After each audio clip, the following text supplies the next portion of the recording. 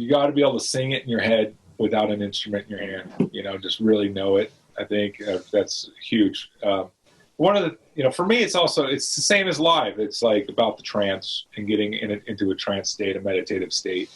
And when I'm playing, I often tell folks that I'm producing, I'll tell them this. I don't tell everybody this. I probably never even told you this, but that to get in, what I like to do is I like to get into a trance, into a state where I'm really not there, almost to the degree where you're kind of like drooling on yourself. You're kind of like, you're just so out there that there's just a little bit of drool dropping down your chin, and you're just, but the music's all there, So the more focused, or I don't know if focus is the right word, but that's, recording music is hard, and to do it properly is really hard. And it's not like playing live, because recording music is like a microscope, in a studio, especially these days, it's such a microscope. Live, it's like, you make a mistake, it's like everyone forgot, like 10 seconds from now, no one will remember that mistake ever, But with a recording, it's, forever, you kind of vibe, So I just like being super prepared, and I like getting, like live, being in a trance state where I can just let myself go and let the music do the talking, so to speak. You're listening to the Freio Music Podcast. To the Freio Music Podcast.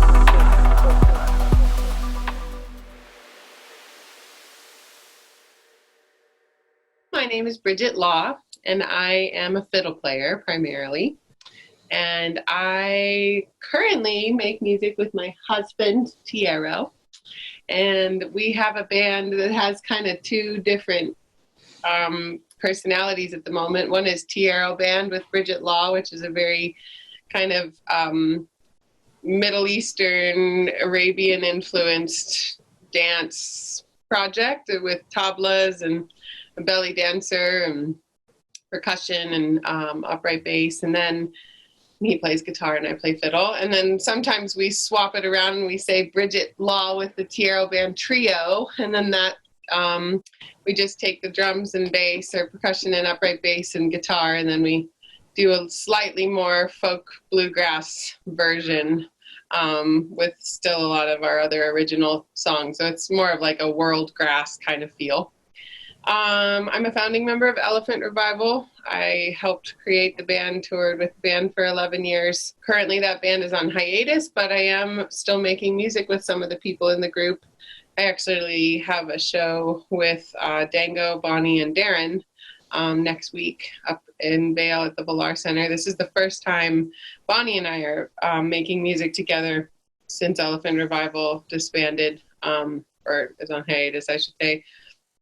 But Dango and I have been playing some shows with kind of past members of Elephant Revival, along with some other great talented songwriters under the Elephant Collective showcase, or Elephant Collective Presents, kind of exemplifying the greater community of Elephant Revival. Yeah, and beyond that, I'm a teacher. I teach fiddle and music, and I'm a mama we have an 8-month-old baby. I'm Tierro Lee.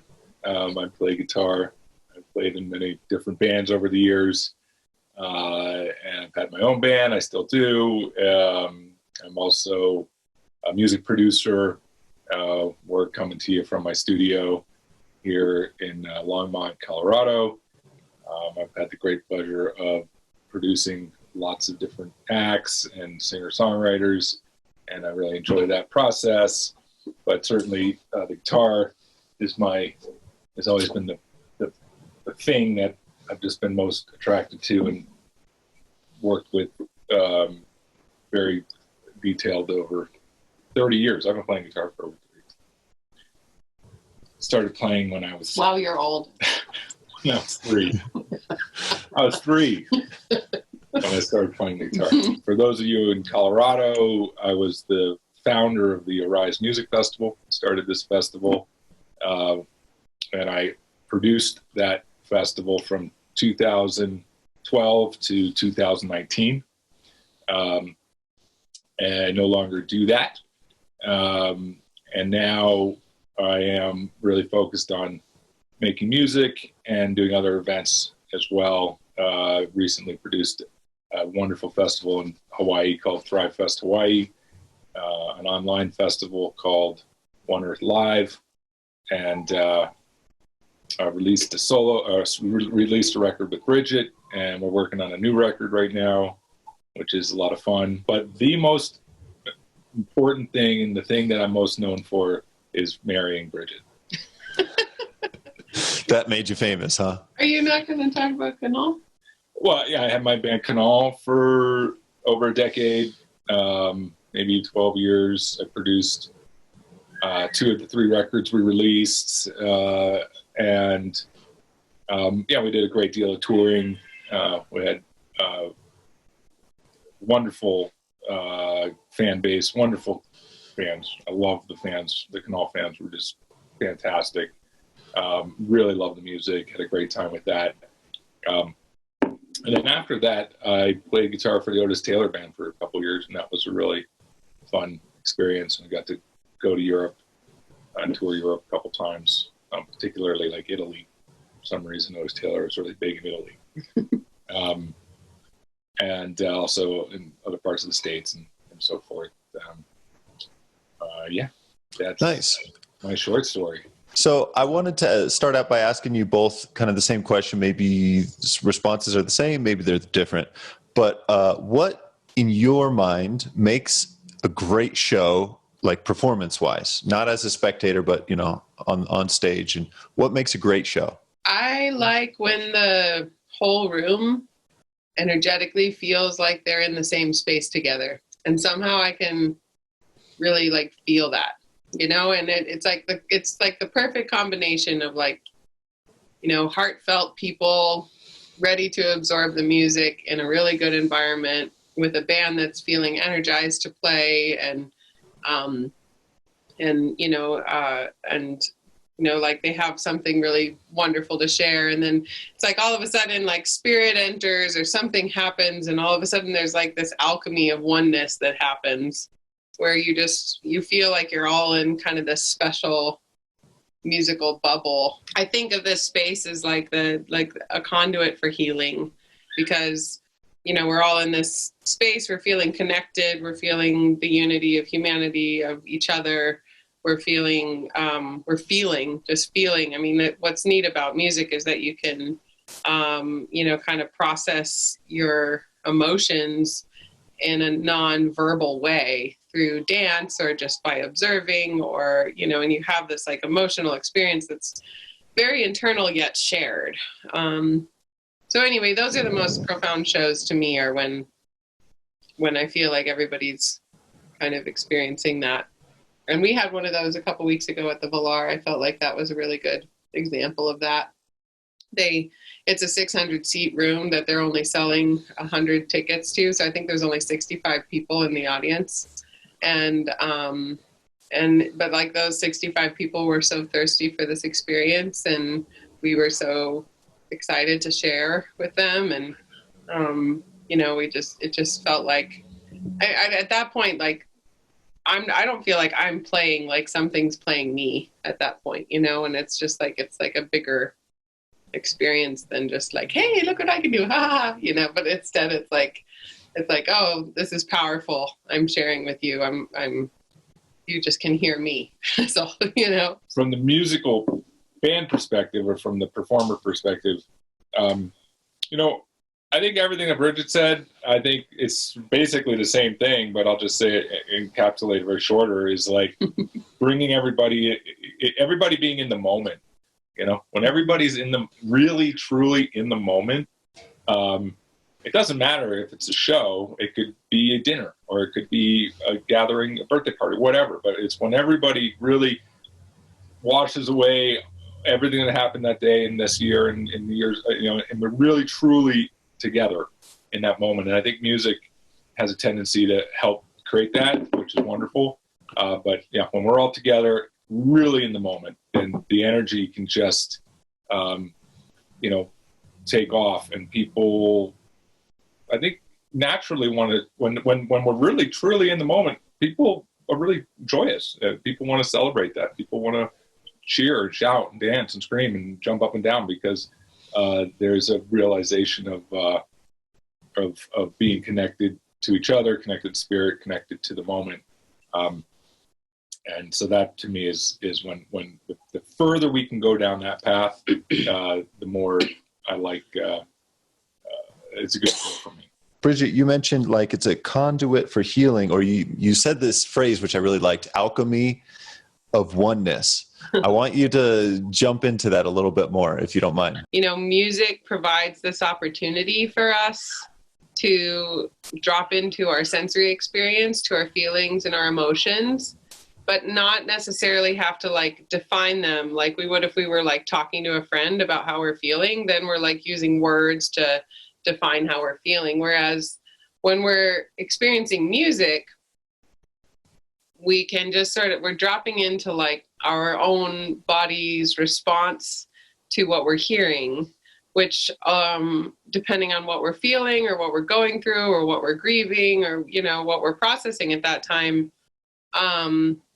you know, the music allows this like space for us to tap into that and like let that kind of, you know, grow or evolve or just express or, you know, process basically. And so if you're falling in love and you're listening to this great song, then it's like all of a sudden your heart's beating and you're feeling so euphoric, and you know, the music is like taking you into the emotion of feeling in love. And if you're grieving, you know, then it allows you to just feel the grief, which a lot of time is what you need to do in order to move through the grief. So that's what I mean by, I think when I say a conduit of healing, you know, I'm kind of talking about, you know, that I've prepared this music that I find to be very touching, very emotive, very provoking of emotions. And so, you know, I've provided this, and then it's really just how the people participate in that, you know, where they show up to experience what they need to. I mean, it can transform your mood. It can help you. It can reveal, you know, a solution. It can, you know, just help you to connect to, you know, your deepest heart's desire, which is something I borrow this from Barbara Marx Hubbard, and we use one of our songs to talk about it. But, you know, when you're connected to your deepest heart's desire, that's you evolving. That is your evolution. So dropping into what is my deepest heart's desire and how to live that out and experience that is helping all of humanity evolve by you honoring yourself and evolving your own human. Again, that's borrowed from Barbara Marx Hubbard, who is an author, but she's been writing about conscious evolution for 40, 50 years. But I think that's, you know, music has this way of kind of like stripping away the mind so that the heart can be in the forefront. And so I think that's when the revelation process can take place, or transcendence and that kind. Do you find yourself most productive when you're in a particular state of mind or state of being? You know, I don't mean to apply it to you guys, but I know some musicians have a kind of tendency to write about, you know, sad songs. And I don't know if that guy's life was just like a really hard life. You know, I don't know him yet. But, you know, sometimes you work better when you're joyous, or if you're upset. Like, when do you tend to be most productive? I would say I'm kind of more on the joyous spectrum. I've definitely worked with a lot of songwriters who thrive on the melodrama to create. And I see the power of that, but it's not really how my mind works. Of course, I don't write a ton of music. I engage in a lot of music, and I co-write with people, and I write parts to stuff. I used to write more music. I do feel like it is a space that you have to get into, and it's like something just that you need to kind of make a part of your regular activities. And I always feel like I joke around and say I'm a really good supporting actress, you know, because it's like he does most of the writing and stuff, and so You're then a good lead actress.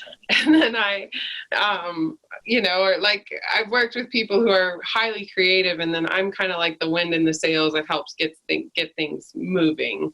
That tends to be my role. That being said, I do find that I'm most creative when I'm in a good space, you know, in a comfortable space. You know, my thought about your question is that there's two. I've had this thought for many years, that there's sort of two spaces of inspiration, like pain, you know, pain of a breakup, a pain of losing somebody, pain of whatever it is one, you know, catalyst for inspiration, certainly. And we see that through all types of art, of course. And I think my take on that is it's kind of an escapism process, you know, that yeah, you're having a really bad day, bad week, you know, terrible thing has happened in your life, and you know, it's a wonderful way to throw yourself into writing, maybe writing about that incident, maybe not, maybe it's write about something else, but there's an escapism that I think is helpful. And I think that's one thing that I've witnessed in art. And the other thing I've witnessed in art is more of a channeling, where, you know, and sometimes those two can blur with each other or work together, or sometimes they're very separate, where it's more of a channeling of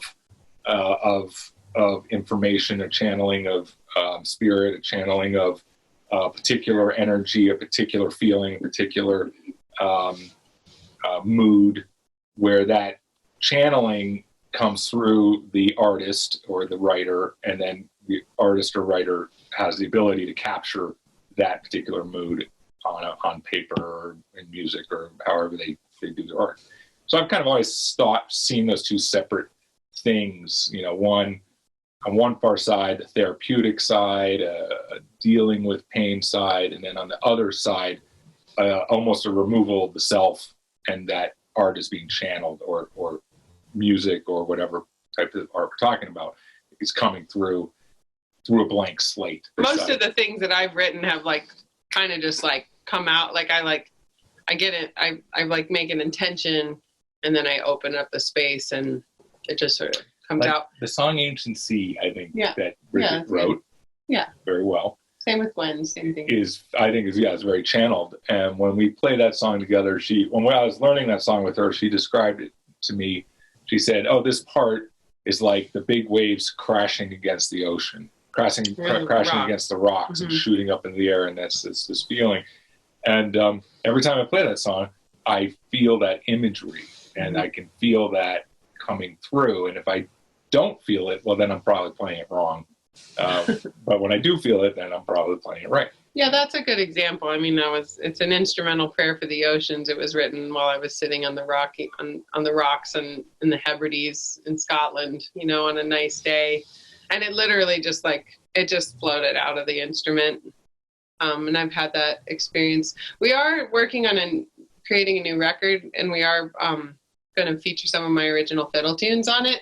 And since some of the groundwork has already been laid as far as like the original like songs or the ideas, now we're like in a third space of where we're kind of like, we're trying to like make it badass. Well, I think so. We're like, you know, it's kind of like, it's more of like a challenge as opposed to like being grieved or like emotive or like channeling. Now we're sort of like challenging ourselves and our skills to like, you know, like how can we like make something like cool, you know? But again, like the songs are written, so now it's like, you know, putting the octane in there, you know? Absolutely. Yeah, I like to call that the X factor. You know, there's like not really a term for it. So, you know, bring in that extra something that puts it over this edge or sticks out. Bringing it on. I'm a believer in make it really, you know, badass. Just make it so badass that people are just like, wow, like it's like a magic trick, you know. People just like, wow, how does a human even do that? You know, that's kind of my current inspiration. I just want to create music that is just sort of jaw dropping. Which is funny because I'm like I'm a little bit of the opposite. Like I play one of the most technically demanding instruments there is, and for me, I would prefer to play simple, super in tune, and 100% heartfelt than do anything fancy at all. And I've built my whole career on that. So we're finding our way in here. I think we're actually. Hopefully we're on the beginning of a collaboration, because when you collaborate, then that's when really cool stuff starts to happen. Yeah, we're definitely, we're married. We've been together for a while. We live together. We have a baby. Now we're like, okay, now let's just push our boundaries even further and make a record together. That are piled up in our living room. Yeah. Well, Tierro, you were talking a little bit earlier about different, like staying in the moment, presence. I'll call it presence while you're playing. Mm-hmm. And I want to bring it to like soloing. Obviously, you both are professional musicians. You know how to play those instruments. But I've seen a few of your shows, and you really seem to jump into those solos with energy. And I'm wondering, like, what is going through your mind when you're trying to, let's say, envision the waves crashing on the rocks? Like, how do you bring that energy through the guitar in the moment of solo? I like the word channeling a lot, because if I'm really thinking about what I'm doing, it's generally going to suck, and it's not going to be very good. It's kind of like going over a roller coaster. It's like pushing yourself up to that very top of the roller coaster, and right when you hit that peak and you start to feel your stomach come up, and you just start to drop down really fast. I kind of like to get into that space, and I like to just evaporate everything and stay in that free fall through the solo. And if I can, then it will ultimately, when I look back later, it's like, oh, that was really good. But if I don't, it can get jostled, or I can mess up, or my mind can start coming back into the physical. So. Just a disclaimer, he does not like roller coasters. I don't like roller coasters at all, actually.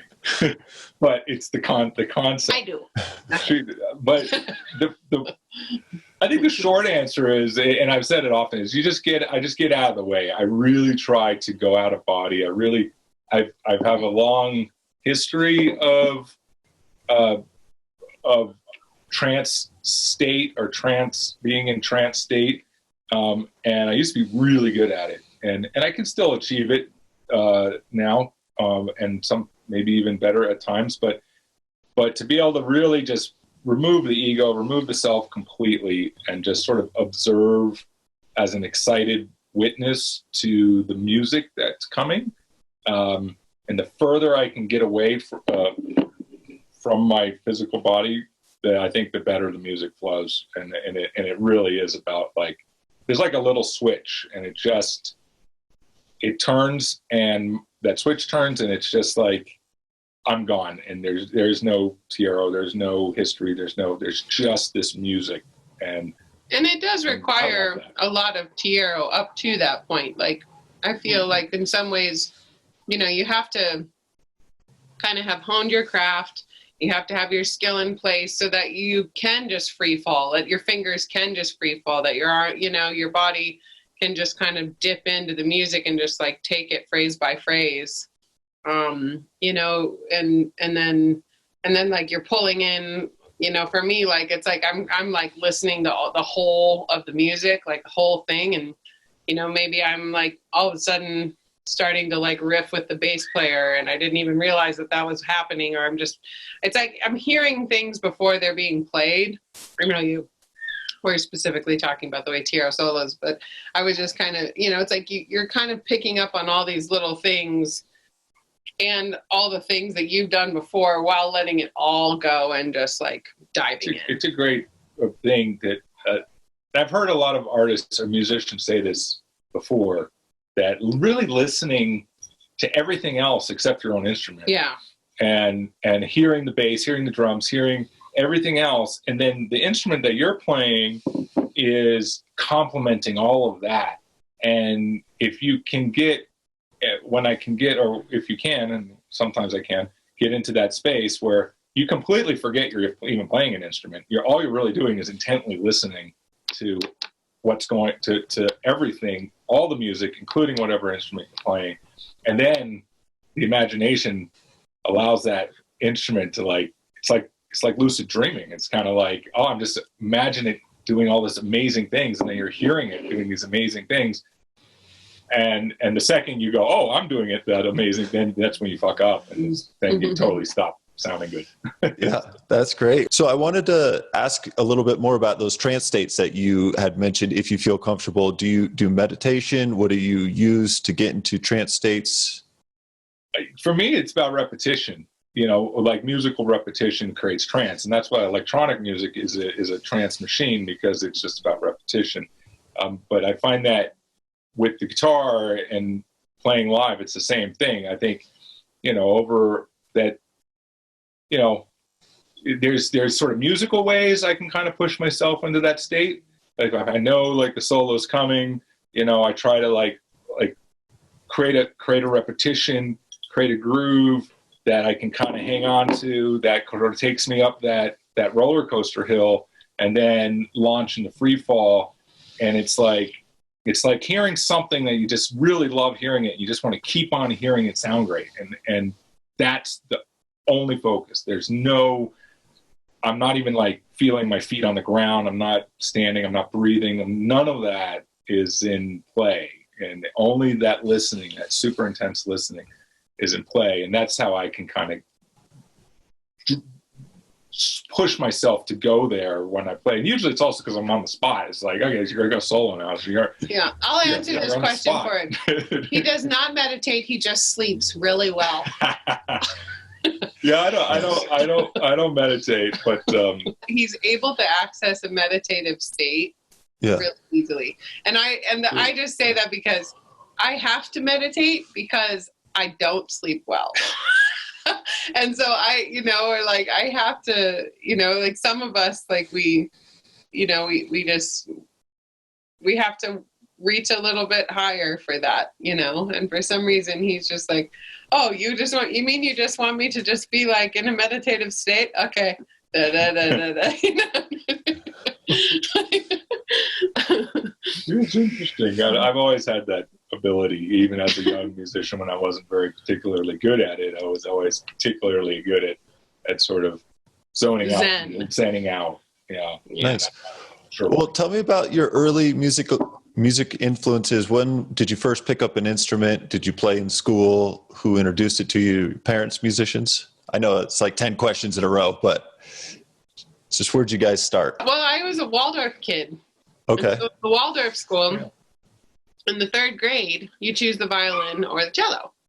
And I had actually had what I would call my first intuitive experiences leading me to the violin. I was given a Buddhist name, which was Veena.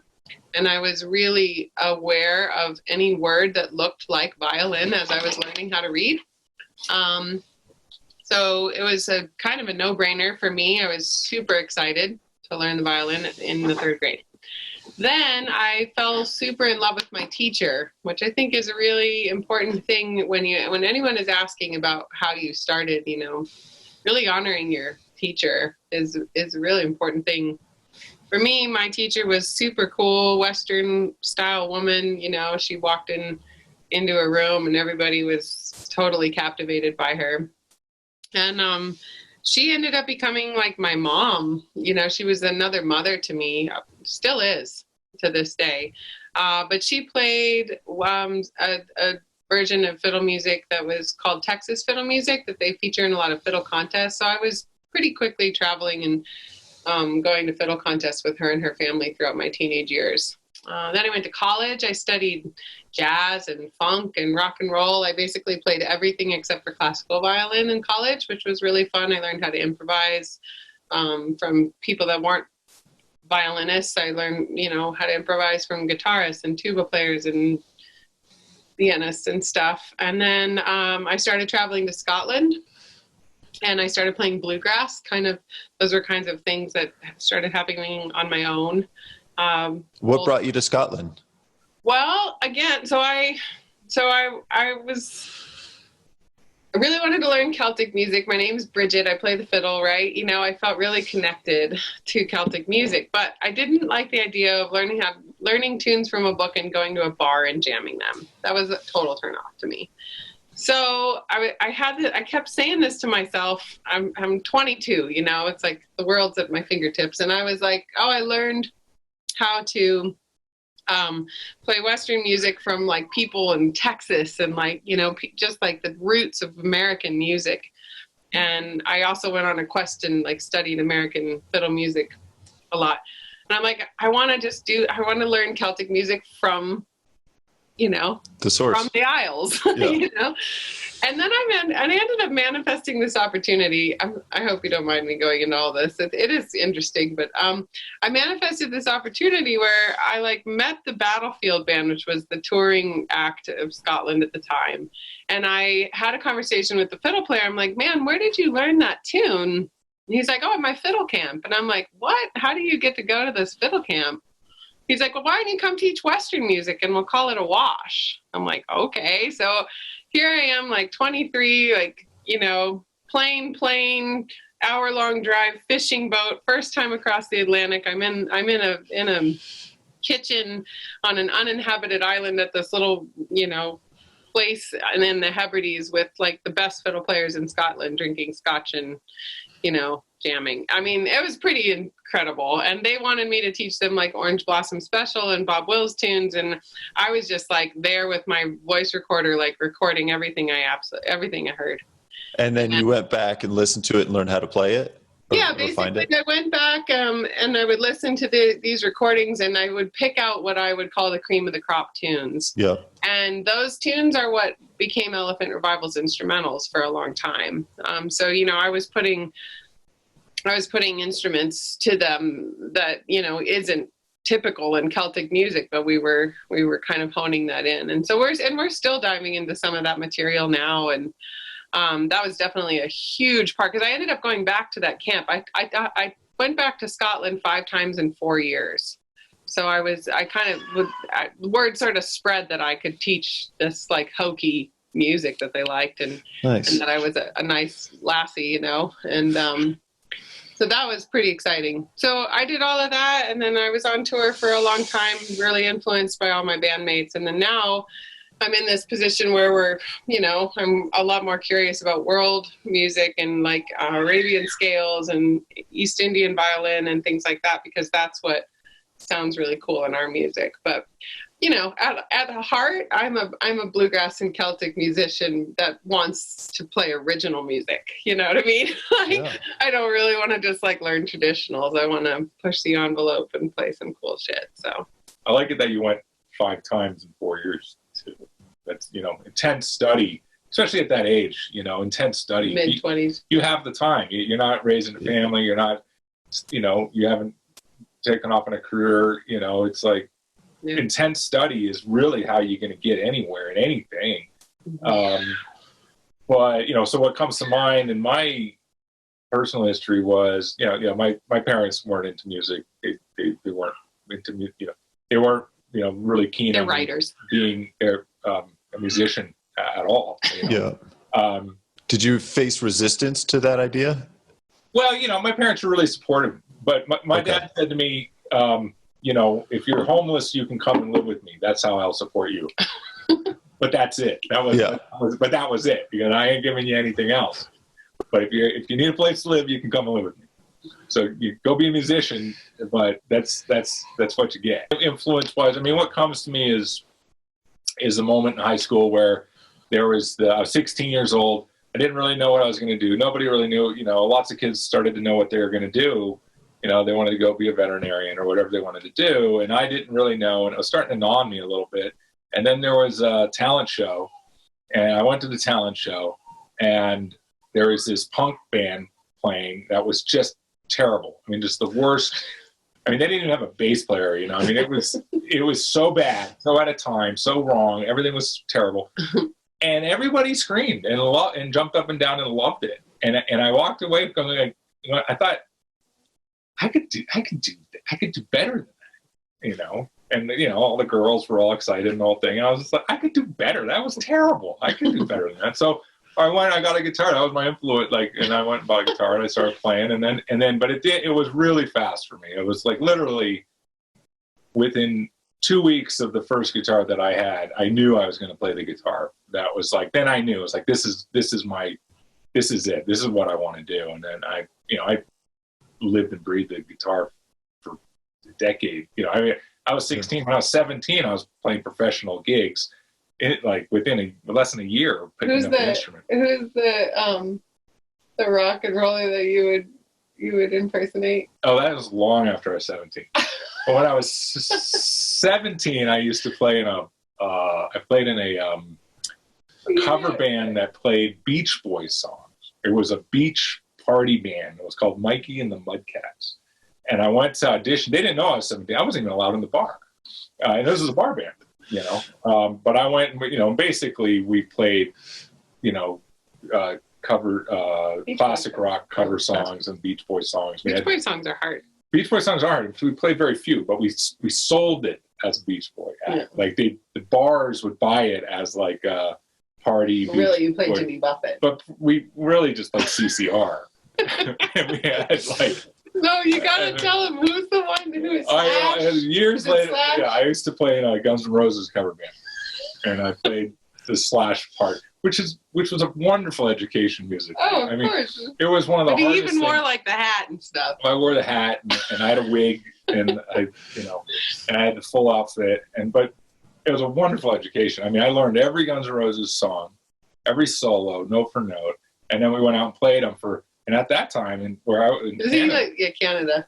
You know, it was very popular, and we played in front of 1,000 people. Sometimes we played in front of 5,000 people with that band. You know, I mean, it was like insanely popular band. And I was 20. I mean, I was 19 when I joined that band. You know, again, I wasn't even allowed in the bar, and there I was in the bar. They're serving up the drinks, you know, paying us well. You know, girls were screaming in the front, and I was like. You know, I'd spent 2 months in my basement learning every one of those damn songs, like over and over and over and over again, so I could actually play them because they're actually quite. I'm sure. That's great. Did you say that was in Canada? Yeah, I was in Toronto, Canada. Were you born there? I was born in D.C., but okay. His mom was born in Canada, so my mother's Canadian, and we moved there when I was 13 years old, and I went to high school there, and that's kind of. They're still there. That's when my folks are still there. And nice. One of my memories of when I went back in high school, when I went back to the talent show the following year, when I actually could play the guitar, and I brought my band, and my band sucked horribly, but but we still were the band. We were still the best, you know. Yeah. We were backstage, you know, and nobody was allowed back there. All the students and everybody in the audience wasn't allowed there, except we were allowed. Because we were performing. Yeah. And I just remember thinking, you know, this is great. I like, you know, we can go where no one else is allowed to go. We can kind of get away with breaking the rules. We're even supposed to. We're not even, you know, and I just really thought this is for me. You've seen the other side. Yeah. That's how I felt the first time. Somehow, like the first time I went to Telluride Bluegrass Festival, I was like a guest. So I got to go backstage, and I'm like, oh, crap. I'm, like, never going to be able to go to this festival and not be able to go backstage. You know? I'm like, it's like I had tasted it, you know? I'm like, oh, no. Did I ever tell you about the time I got kicked out of the backstage of Blues and Brews Festival in Telluride? No. Anything? So the first time I came to Colorado, I went to Telluride, and I think Widespread Panic was playing Blues and Brews.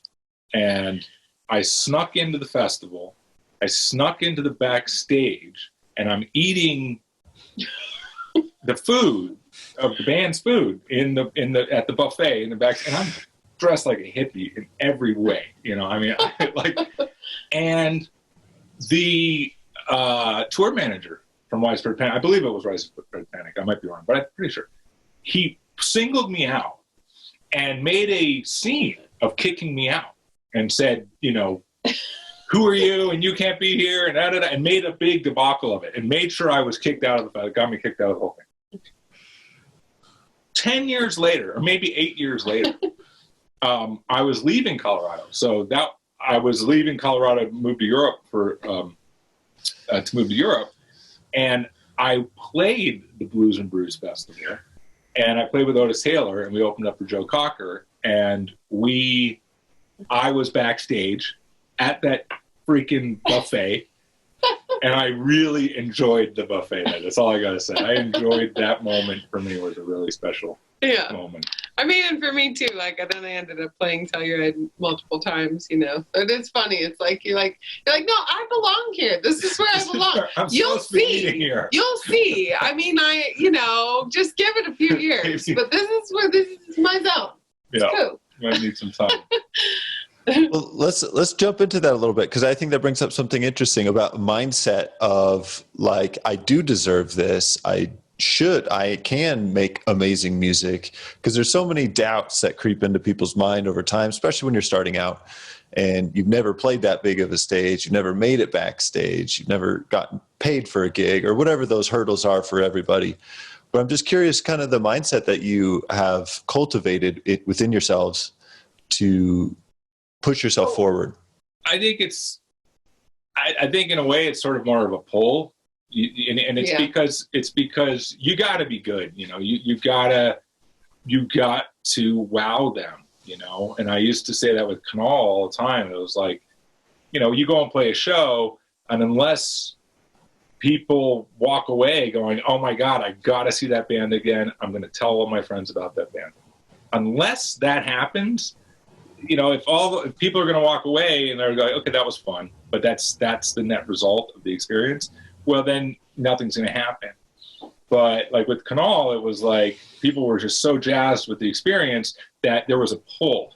Then the word got out, and people were like come to Telluride Bluegrass and play. Come, you know, we want you to come and play. We want you to come and play. And then as long as you can keep replicating an experience that blows people away, where they are going to keep telling their friends and to come see you again. If you can keep doing that, then it pulls you forward, as opposed, and I think that's like just necessary. I think without that, then it's a grind, you know, then you're just kind of pushing something that, you know, might be good and might be cool. But so I kind of encourage people to just like perfect their craft to the degree that they're just so it's good, almost inevitable or something. That people just want to see it, you know? Yeah, I was sort of like in the place where, so I went to college for music business, and I was in a class, and I didn't have the confidence when I first got to college, and I actually ended up there kind of by default, but I was in a class, and they were like role playing like what you wanted to be, and then your peers would kind of like grill you. And I was like, oh, I want to be an artist manager, you know? And they're like, well, we think you would have a conflict of interest because you play, and we think you want to be on stage.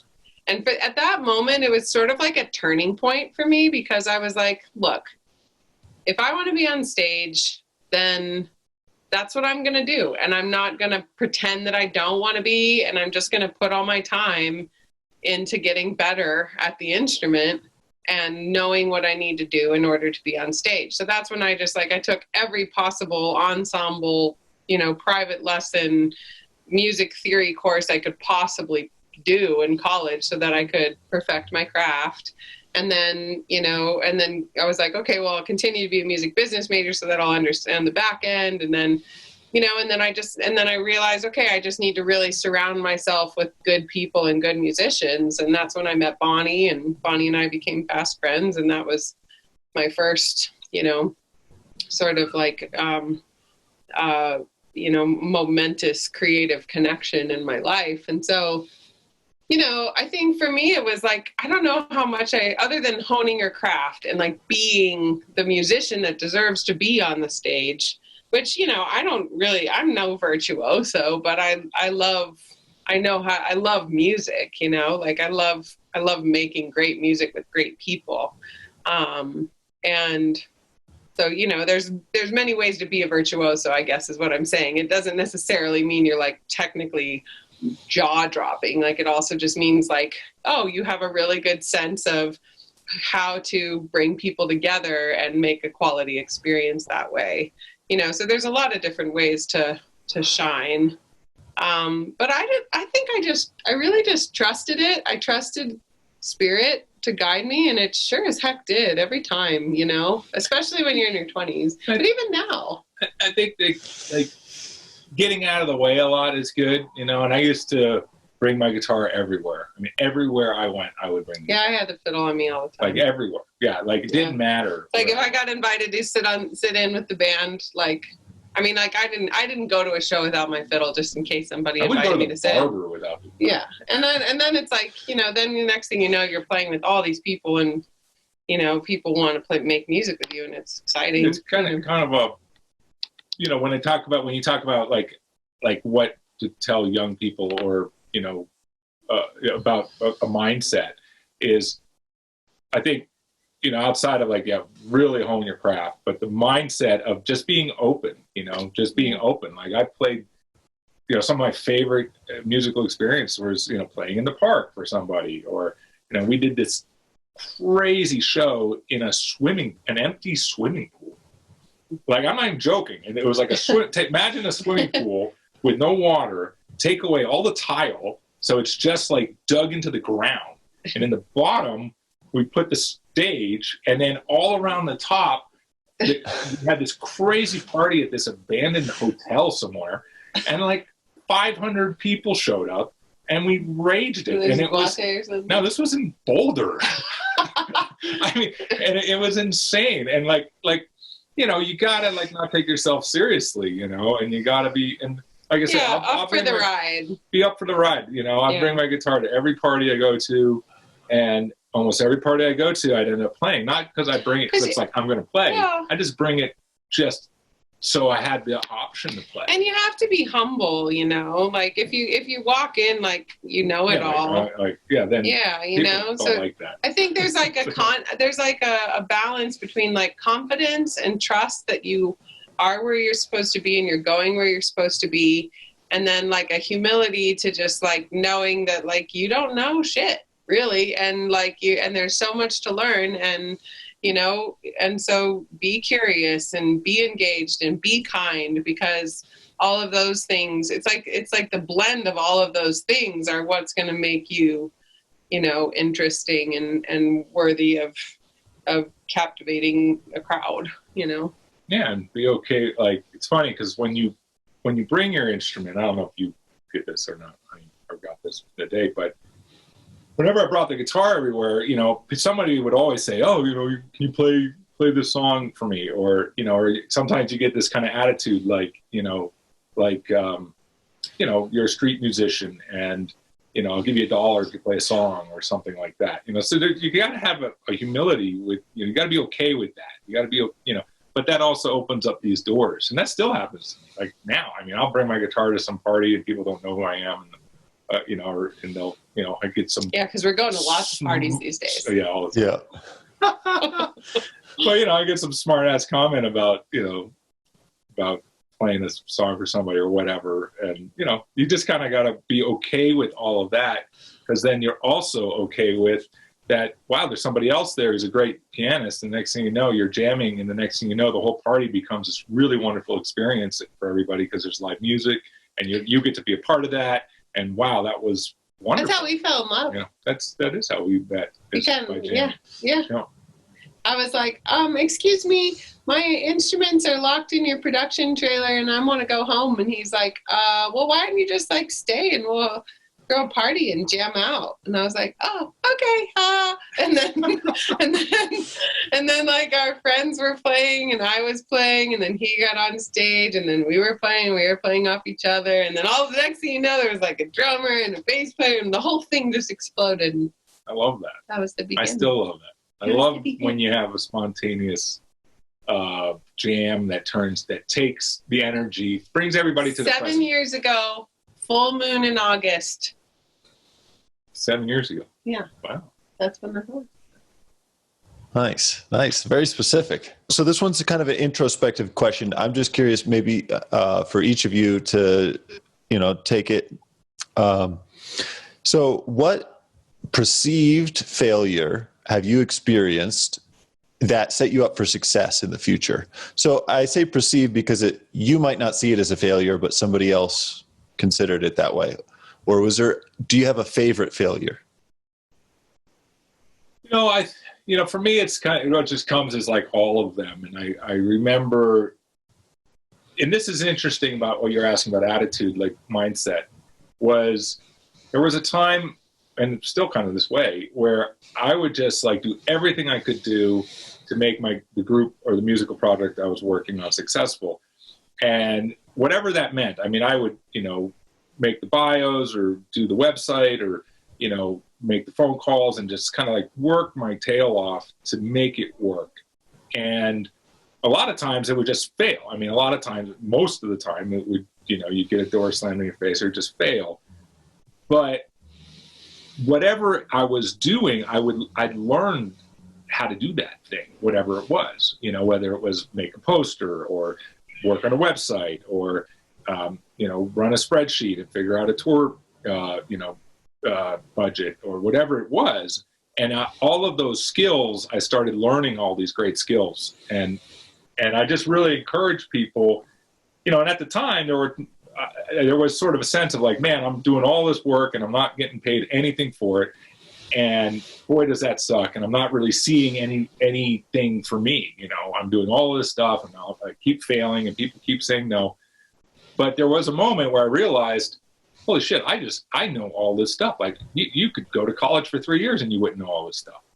And so I did take away a great deal of skills and a great deal of experience. And those skills and experience later in life, every single one of them came into play for me. I mean, every single one of them came to a point where it's like, I really needed that skill to achieve whatever I happened to be working on. It might have been 5 years later, 10 years later, or whatever. So I often see with young people like this kind of desire for instant gratification, like this sort of like, oh, I go out and play these shows and I'm not, seeing anything back right away. And my mantra really is everything you do, you're going to get back, but it'll take time. It could take 10 years. It could take 20 years, but if you don't do anything, you're not getting anything back, So yeah, those first years are really tough when you're not seeing anything coming back at you or you're not feeling it. But over a few years, over time, you really start to feel it and you start to realize, wow, I've gained so much from all that I did. So I think that doing is huge. So that's not about a specific failure. No, that's great though. That's really generalized, but lots of small ones. Yeah, all the small ones. I don't know. I had plenty of time to go inside and think about what that meant to me. Talking too long? No.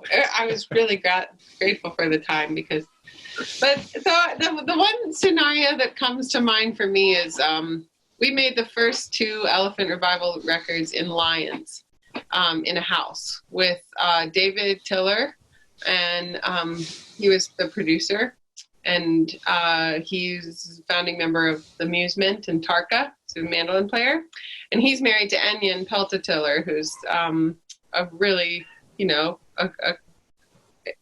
a great violinist. She's really, she's done a lot of work, a lot of practice, really, really woodshedded in her life. And, she can play bebop and classical and all these things that take an enormous amount of time and practice to acquire.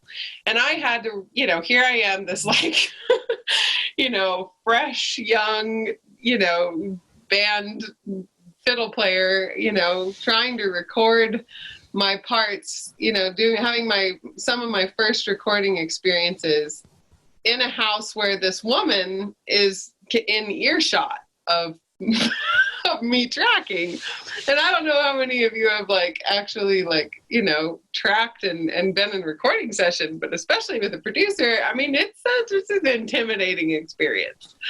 And so I struggled with that a lot. And I feel like I was perceiving myself as failing, you know, in those moments. Do I, you know, and I listened back to those records and, you know, David did a good job of piecing together things so that I didn't totally suck or whatever. But what I would like to say about that is that it was really interesting because I was perceiving that as failure at the time. But I was the fiddle player for Elephant Revival, and I became the fiddle player for Elephant Revival, and I became myself.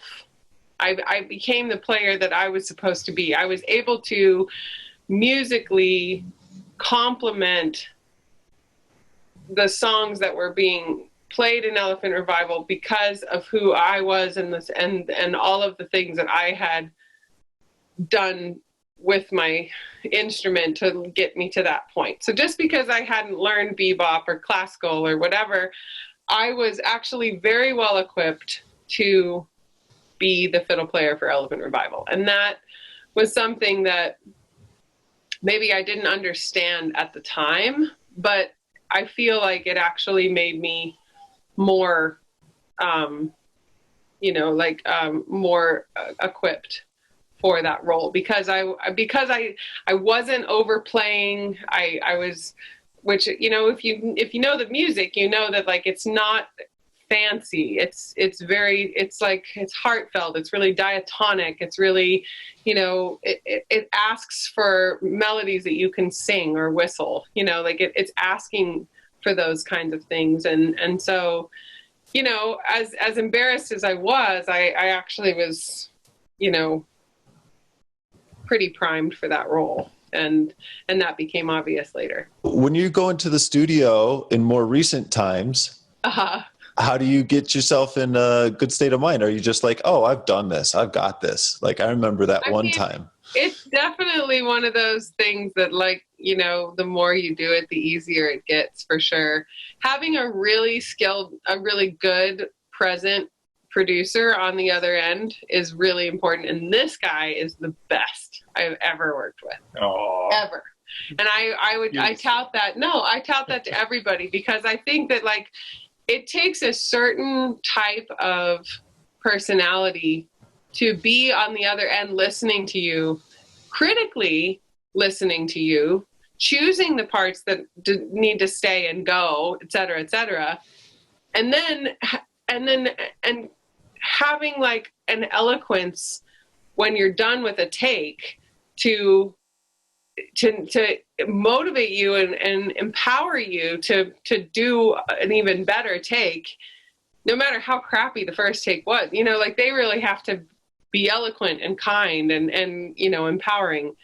So Tierro is amazing at that. So if anybody, like, I'm not just like, this is a pitch because we have a home studio and he's an excellent producer, and I'm just pitching that mostly because I think that, you know, like anybody who doesn't have that experience or even does, but just wants to work with somebody, it's so refreshing to work with Tierro on the other end. So I'm lucky that most of the sessions I do or any of the recording that I do with him now, which is really, really great. I also do some work at Elephant Collective, the studio that Dango runs now. And again, a really good rapport with the producer that does a lot of that stuff so that, you know, we can really kind of coax out what's appropriate for the track. And, but as far as getting myself ready, you know, I mean, make sure you're fed and hydrated and, you know, did your yoga that morning and then go in there and just be ready to like play something totally different than what you've prepared. Or if you're like tracking something that, you know, like that you needed to prepare, like have prepared, you know? So like just being prepared and then just, you know, don't try to just not let that like emotional monkey voice get in the way, you know, and just like, if you're not getting it or you're not taking the, you know, not getting the take, then the producer will let you know and you'll just, have to shake it off and start and guide yourself into what it is. But yeah, I think that when I was younger, the monkey mind would just totally take over, and I'd be like, I should have practiced more. I can't handle this. I suck, and the second you go there, like, come on, like, it's really rough, like, to try to do that, especially when you're like, back in those days, like, we had like a high dollar producer and stuff, like listening, and then, oh God, that was always like really scary, but these days it's okay.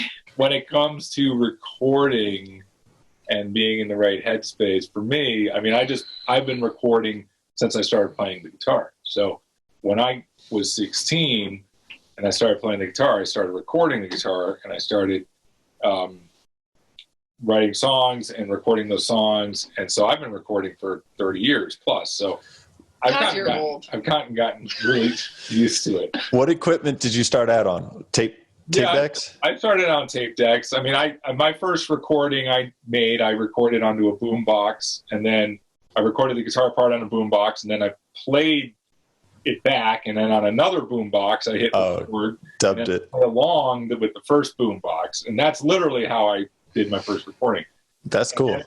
And then then I got a 4-track, and that was just this amazing piece of equipment, and I used that loads, and I still have all the tapes. Some of it was okay, most of it was terrible, Yeah. And then it just went on from there, and I just kept on recording. So, but I do recall in the earlier days that when the red light went on in your recording, you get this nervousness, and that sometimes can get in the way of your performance.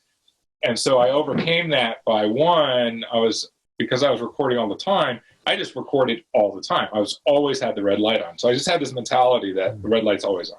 Doesn't matter if I'm playing in the living room, the red light's on. I just kind of got that in my head. And so it made it a lot easier now. It doesn't really matter to me anymore if the red light's on. Now, having said that, you got to be prepared. I mean, I really have a lot of respect for recording. And when I was younger, now these days, we all have access to computers, and we all have access to recording equipment and all this stuff. But when I was a kid doing this, it was rare you got to record. I mean, it was really rare, So when I got to go into a really first-class studio, I would work my ass off, for weeks and weeks, or, before that day came.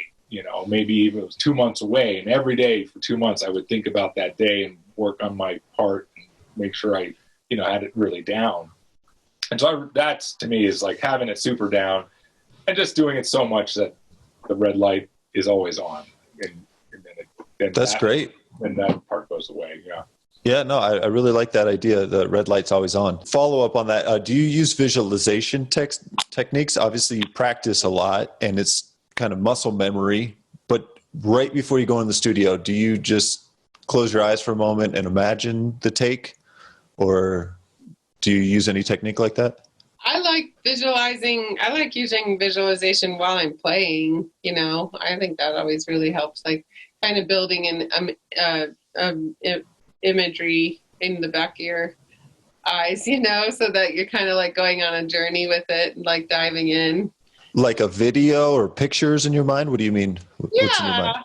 Yeah, or just sort of, picture, like just kind of an experience, or like whatever visual images that pop up, to the song. I don't know. Cool. Imagery is important. Yeah. Imagery is important. Just somewhere for your mind to go that's positive, that helps you like be in the moment and experience the song more fully. It does help though, like kind of what you were saying, if you're having trouble like listening to the song and imagining the part, like imagining you're hearing your part, what would your part sound like, kind of thing, without the instrument underneath you, so that you can really like be open. You got to know the part. You got to be able to sing it in your head without an instrument in your hand, just really know it. I think that's huge. One of the, for me, it's the same as live. It's like about the trance and getting into a trance state, a meditative state. And when I'm playing, I often tell folks that I'm producing, I'll tell them this. I don't tell everybody this. I probably never even told you this, but that to get in, what I like to do is I like to get into a trance, into a state where I'm really not there, almost to the degree where you're kind of like drooling on yourself. You know, you're just so out there that there's just a little bit of drool dropping down your chin, and you're just, you know, but the music's all there, you know. So the more focused, or I don't know if focus is the right word, but that's, you know, recording music is hard, and to do it properly is really hard. And it's not like playing live, because recording music is like a microscope, you know, in the studio, especially these days, you know, it's such a microscope. You know, live, it's like, yeah, you make a mistake, it's like everyone forgot, like 10 seconds from now, no one will remember that mistake ever, you know. But with a recording, it's, you know, forever, you kind of vibe, you know. So I just like being super prepared, and I like getting, like live, being in a trance state where I can like just let myself go and let the music do the talking, so to speak. So Tierro, what's your preferred DAW or DAW? Yeah, now it's I mean, Logic and Pro Tools and Ableton are the three ones that I work with the most. And okay. I flip back. I'm always flipping between them, and it really depends on the project. But I've been a Pro Tools guy for 15 years. I've been a Logic for 20 years. I mean, when I started Pro Tools, this is how old I am. When I started Pro Tools, it was a 2-track mastering tool, and that's what it was used for. It wasn't, you know, like we use it today, but it was really only used for mastering and for the final stage in the production, music production stage. And that's when I started getting into it. But I'm a big fan of Pro Tools for live music or for bands and that kind of thing. And then if I'm doing like more electronic music, Logic is my preferred DAW. And so I use them both. So what purchase in the last 6 months have you made for $100 or less that's improved your life? So it could be anything. I know. All right. That's a quick answer. What? I bought a massager tool. It's like a professional massager tool, and it's a gun. I don't like calling it a gun, so I named it O'Teal. I didn't know you named it massager. Yeah, because I didn't want to be like, oh, hand me the gun. So hand me O'Teal. Okay. So it's named O'Teal, but it's a vibration. It's like a professional massager tool, vibration tool, and oh my gosh. Nice. You have to keep in mind I'm healing from postpartum, you know, and I am a fiddle player, which is a very asymmetrical instrument. So I wake up pretty dang crooked every day, but it's really helped me. Nice. Mine is this thing, and although it wasn't. This thing is, if I could be a salesperson for this thing, I would. What is it? What it is it's a drill bit. It's a guitar. Oh. You use it to you know, undo the thing on your guitar, right? Like so it's a winder. It's a peg winder, yeah, drill bit peg winder. But you put it into your drill, and so then it's like, oh man. I mean, it used to take me 15 minutes to change the guitar strings. You know, even with a traditional, you know. Yeah, like the hand. Before you had the hand wounded, it took you an hour to change the guitar strings. It was horrible. And you got this windy thing that you know. No, it takes you 15 minutes. This thing, 5 minutes. I changed all six strings in 5 minutes easily. Nice. It's like a NASCAR pit crew. Yeah, it's a wonderful. Yeah, exactly right. It's a wonderful tool. Bridget, I don't know how much you work on the computer these days, but if not, then I'll let Tierro take it. But do you have any favorite VSTs or plugins? You know, I've gone all around with the plugin stuff, you know, and I've had almost all of them at one time or another, or certainly tried them. Do I have any favorites? You know, what I kind of came back to was I like, you know, what works, keep it simple. I'm a big fan of keeping it simple because I did a lot of projects with way too many plugins, with way too many weird, diverse ones. And then like 3 years later, it's like I couldn't even open those projects anymore because I didn't have the right plugins, or my computer changed and the new plugins wouldn't work, and all of that stuff. It's such a headache. So one of the things I like about Logic is the plugins are great. The plugins that come with it are great. And so it always makes me happy to use Logic and I use those plugins, even though I have access to tons and tons of plugins. Some of the ones, the only one that I would be like, I kind of have to have that isn't on board or like part of the Logic program or something. I really like the SSL compressor. There's SSL bus compressor is I've always used that on lots of stuff. That's big for me. But outside of that, I mean, I really, every time I find there's some great ones. I mean, I think Ultiverb is an amazing reverb plugin. That's probably been one of my favorites. I think the UAD stuff is good. The Valhalla reverbs are really good. I like those. I use that on everything. Nice. Yeah, that and the SSL stuff I think is really good. Have you guys been listening to any music that's really caught your attention in the past 6 months, maybe other than your own music that you're working on? I'm listening to a lot of bluegrass music now. I made a playlist. I made a playlist called Badass Fiddle Music.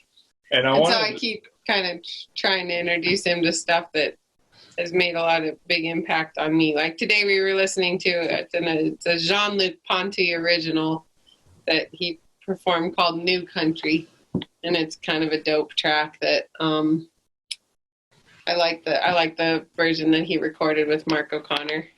But it's like super 70s, 80s, like cheeseball, and so maybe we'll make a new version of it way cooler. Fun version of it. Yeah. Bahamas are cool. They're on that playlist. Yeah. But I don't know. I go through phases of different styles, but usually it has to do with like what I'm thinking about artistically. Like I was listening to a lot of flamenco music for a while recently, just to because I'm really trying to digging on that style a lot, or listen to a lot of Arabic music for a long time, because I'm digging on that. So right now it's kind of like bluegrass and listening to like that really fast. Bill bluegrass. Monroe. Yeah. And Kenny Baker. Yeah. Nice. He doesn't even know who they are. I don't know who those guys, but when I hear it, I know if I like it. You know. So if you could get the entire world to listen to one song or one artist, who would it be? Can be you. Yeah, that's us. I'm just kidding. That would be us. That would be me. Yeah. Actually, I don't know. I think so. I think Tierro Band would be worth it. Why not? It's good. He made such a good record. It's like, And I think our music is getting better, and I think our band's really, really good. Our band's awesome. They're such good musicians, top quality musicians. Serious. I kind of want to just keep pushing our limits of what we can do, and try to. We have this tabla player from Nepal, and kind of like we could start incorporating all of his T-highs and the cool things that he does into our music. That's going to happen someday. There's loads of potential in what we can do with this group of musicians. There really is, and I think it's a lot of fun. And I think it's, I think the collaboration part is starting to kind of really roll around, because I used to write everything, and I used to just drive everything, and it was just but now Then I showed up. And it's just great. And, and now we're really incorporating the two visions together, and it's the people are reacting. I mean, you can really feel it. The music's evolving, and that's great. So I think just pushing more down that route. But I'd love for the whole world to hear our music. Yeah. Cool. So let's dive into your music a little bit. I really like you guys kind of kicked it off. You talked about it, how you have these two different groups that you're each driving part some of the time. So I'm curious about the album that you're currently working on. Do we have anything to talk about, or is there a name out for the album that we can discuss? Well, actually, it kind of came during this podcast. I think we named the record, and we both kind of knew it. So it's funny that you asked.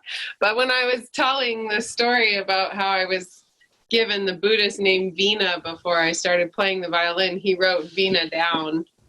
So maybe that'll be the name of the record. But I think that, the first record was really all about me, and it was really like my solo your record. Compositions that you've been working on forever. But I want this record to really be all about Bridget and be, because because Bridget's just this tremendous violinist, Oh. and I don't really think she gets the credit for being as good as she actually is. And so I really want to like elevate that and show that. And then I think the record after this record will be really the collaborative record where we kind of now get to, you know, write more, even more so together. But so or I'm like excited about this incorporate the T-highs kind of thing, like doing Yeah, like like, doing some cool shit. where the band gets a little bit more incorporated, or just it'll be more of a collaborative process. But I think this one's definitely more about Bridget and the violin. What's the timeline estimation? Do you guys have it recorded, or? We're going to work on it this winter, you know. I think Okay. 6 we got months. a lot of time at home. Let's get it done. We in got 6 a months. lot of time at home, and Yeah. you know, we're kind of it's probably only going to have like 6 tracks, and we definitely use the same musicians on all the tracks and as live as possible, and just kind of try to be, you know, like it'll be different. The last record was really produced, right? Like really was really like curated into this kind of like listening experience, and then this will be probably more about vibe and A little more live band, Yeah. a little more bluegrass, world grass. he uses that term It's so gonna be loosely. world grass. This is gonna be a Nice. world grass record. Yeah. Tierro, I wanted to just ask you briefly about some of your experience starting such a huge, massive festival in the local area. I'm in Longmont as well. Arise is just a little bit further north of here in Loveland. Tell me a little bit about, like, did you foresee it getting as big as it got? I did. You know, Were you at the first one? It was built I was. for 1,000 people. were you at the first one? I was. Yeah, the first one, I think we had 1,200 people there, and we had space for 20. Oh, we sure did. Yeah. But it refined. Each year it got the layout, the campgrounds moved and different things. It got refined, and it's really taken off. I really enjoyed the experience and refining that experience over every year. And but yeah, I mean, at the time, I believed from the very beginning that we could grow it into a 20,000 person festival. I really believed that. And when I left, because the last Arise I produced was in 2019, we had 13,500 people there. And I was wrong because we could only fit 13,500 people. That's all you could really fit. You couldn't fit 20. I mean, that would have been impossible. I believe in the beginning we could have fit 20. And maybe we could have, because we could have rented the neighbor's land, and we could have expanded across the road, and we could have. So maybe I wasn't wrong. I think it was still possible to go that big. I believed it. To answer your question, I from the very beginning I thought that was totally doable. And That's amazing. Yeah. And tell me about some of those initial conversations, because I can only imagine some of those conversations. We're going to have a 20,000 person party. We're going to rent somebody's land. This is going to be amazing. How did it go? Did you get acceptance immediately? You know, funny enough, I really surrounded myself with people who saw the vision and got it. You know, and although it sounds kind of crazy from a music business perspective, from a perspective of the Front Range, I mean, Colorado's the hottest music market. I mean, people love music here. I mean, music is like religion here. Music, people need Truthfully, music here. he just cracked the code for something that everybody was hoping trying to do. find the place. How do you do an outdoor festival an hour from Denver? Like, it was, we were, I was very lucky to be someone who was close with the landowners and the people who, you know, and who had the land and yeah, I mean, I right from the beginning, people were coming up to me and saying, you this could be huge, you know, because they also saw it. When I brought people out to the land and I showed them what I saw, there wasn't a single person, maybe, I'm sure there were, but nobody ever came to me and said, Not in your circle. Yeah, no one ever said, that's a bad idea. Yeah, some people said that, but no one ever, you know, I had 100 people say to me, yeah, this could totally work. You're gonna make the next Burning Man in Colorado. I mean, this is gonna happen. and that was, after year one, where we had 1,200 people at this thing. I think all those 1,200 people, most of them saw it. I mean, when you were there, did you see it? Could you see the potential that? Oh yeah. I mean, there's so much extra space, I could tell it needed to be refined, but it was a thought out venue. It had plenty of space. It was a cool little canyon there. Yeah. And the lake was right there. I was always hoping that we could dive into the lake, but I was hoping we could dive into the lake. I wanted to, and I still to this day, and one day maybe I'll get to have this vision, but I wanted to create an art piece out of that lake and shoot lasers out onto the lake and create a scene of sorts with maybe giant laser boats floating back across the lake, or some kind of three-dimensional temple or something, and that's on the lake. That would just be sort of mind-blowing to see. Maybe I'll still get to do that. We'll see. Yeah, we'll see. So did you produce any events before that, or is this just kind of out of the blue? No, I produced a lot of events, much smaller, but producing events was my side hustle for playing concerts, because you can never really make enough money as a musician. And so I produced events also. Usually I just produced the event that my band was playing at, and I would, really hustle to make the event more successful, make sure more people came, make sure there was better lighting and good sound, make sure it was a better experience for everybody. Ultimately, in the end, so my band could have a great show. Because in the early days, we'd go out and play these shows, and the shows would suck, and no one would show up, and the sound was terrible, and nobody advertised, and so I just took on all those roles to make sure my band had a good show and have a lot of fun, because that's what we wanted to do. Well, I will open it up for you guys. Do you have any thoughts, questions, words of wisdom that you want to share with the listener? And then we'll end it with some links to all your works. I was listening to the news this morning, and they was talking about how, mental health is, a pretty big issue right now, for people. And I guess I just want to send a lot of love out to everybody and remind them to be kind to themselves and not be so hard on themselves about I want everybody to stay safe, especially if you're a vulnerable in a vulnerable position. But remember that the price of your mental health is important, and take care of you. And if that means, surrounding yourself with a little more community, you're doing what you got to do to make sure you don't spiral downward.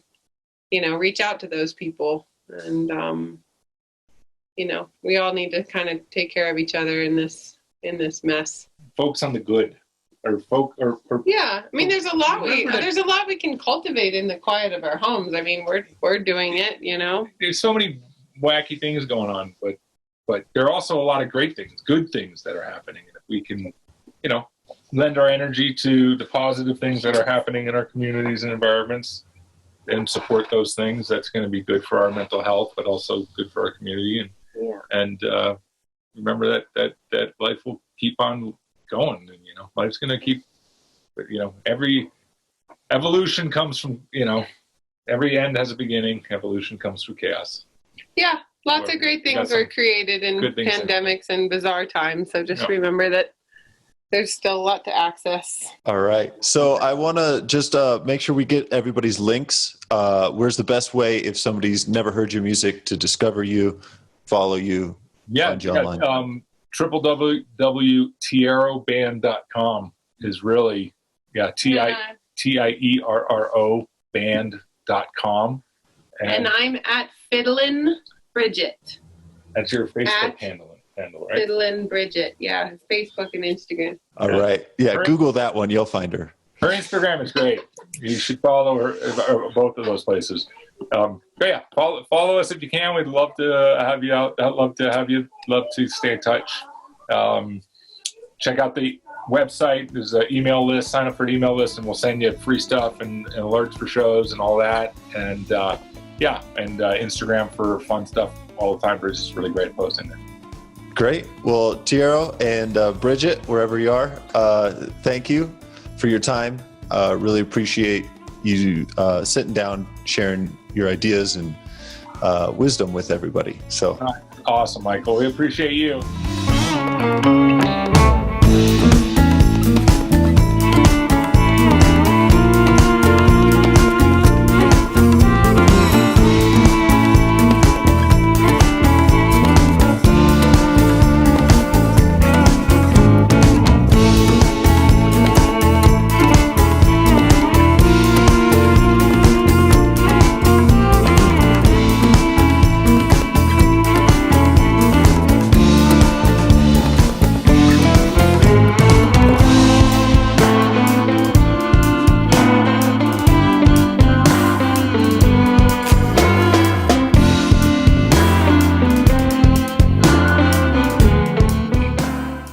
Listening to the Freio Music Podcast with Michael Morahan. Be sure to like, subscribe, and hit that notification bell so you don't miss a single episode. And don't forget to share this podcast everywhere. Thanks for listening, and until next time, stay tuned.